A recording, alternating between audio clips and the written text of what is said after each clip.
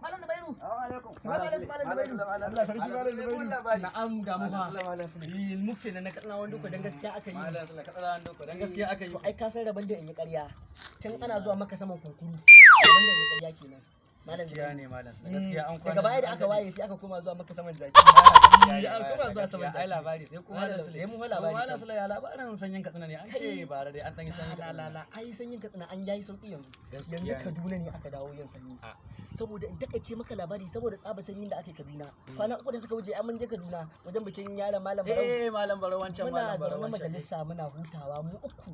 Kawai sai ga wata tinkiya ta zo ta tsaya kusa da mu. Sai kuri da idanun tinkiyar ne fa. Kaman da ta yi magana. Allah ya magana. Sai dai cikin mu wanda muke tare da su wani he ta maza kamar ya san za ta yi magana sai ya mata magana. Kawai yana kallon ta yace ke. Ni da a baki nan wajen. Kawai bude bakin tinkiyar nan sai ta ce Bargo. Kai malam sallah.